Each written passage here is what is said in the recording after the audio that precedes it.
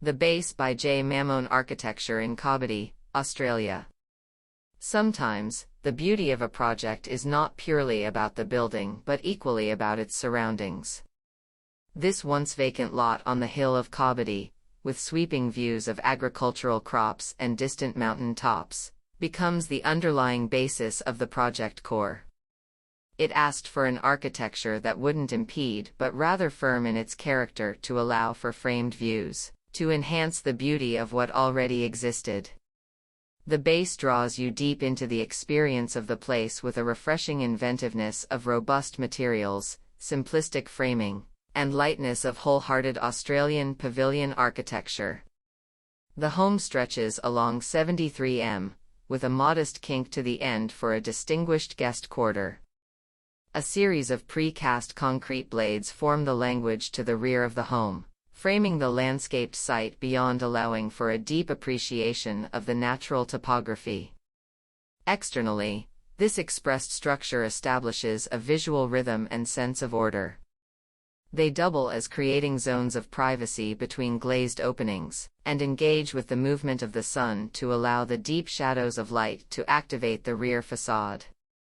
Particular emphasis was given to creating a deliberate entry sequence into the home. On arrival, you are funneled down the hill and weave through well-established trees before feeling the presence of the home. The curved stone-clad wall encourages visitors to the entry, where an oversized core 10 pivot door opens to the entry space. The scale of this space soars to over 6 m, and you feel the duality of the power of grandeur scale, coupled with the daintiness of a series of handmade glass pendants trickling above and luscious landscaping ahead.